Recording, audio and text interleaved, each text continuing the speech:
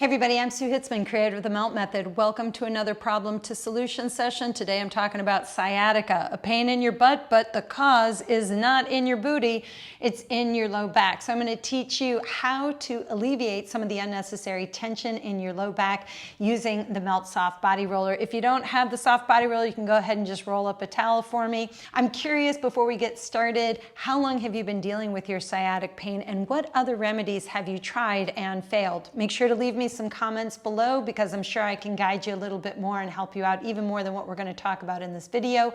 But also make sure that you like this video and subscribe to my channel so that I can keep giving you some great information here on YouTube. So if you're ready, let's get to it. Okay, so if you don't have the Melt Soft Body Roller, you can just go ahead and roll up a soft towel. Don't use a hard object under your pelvis. It'll only make your matters worse. I'm going to use the Melt Soft Body Roller. It's really the right tool to do this technique. And this one move is part of what's called the lower body lengthen, low back release sequence. So there are a couple of other techniques that preface this move that'll give you more out of it to rehydrate your fascia before you try to release some of the unnecessary tension in psoas so that we can create better sensory motor feedback, because that's why you have pain, is that the sensory motor control of something that stabilizes your back is faulty. So let's go ahead and assess if that's really the case. If you put your hips up onto your roll, what I want you to do is try to keep your feet light on the floor, and you're going to tuck your pelvis so that your pubic bone curls to your nose, and then tilt your pelvis so that your pelvis lands back up on top of the roller.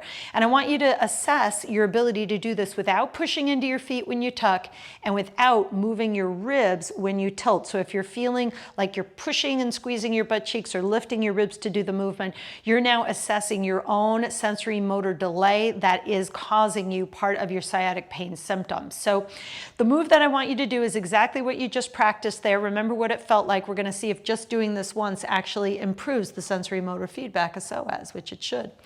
Go ahead and put your hands onto the front of your thighs. Here's the key. You're going to try to press your thighs into your hands as you exhale. And ideally what you're feeling is a little engagement in your abdomen. That is not the muscles of your front body. It's actually in the back body, that psoas that you're feeling. So you take a breath in. On an exhale, you keep your thighs pressing into your hands. You tuck your pelvis gently. Notice where the weight of your ribs are. Take another sip of air. And on an exhale, go back and tilt your pelvis. And notice if your thigh pressure has decreased. You want to keep your thigh pressure constant. Remember, that's the secret of the move.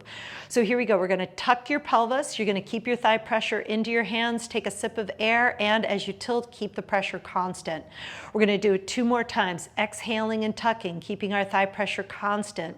Sip of air, exhaling and tilting, thigh pressure remains. 1 more time, exhale and tuck, and then take a sip of air, and exhale and tilt.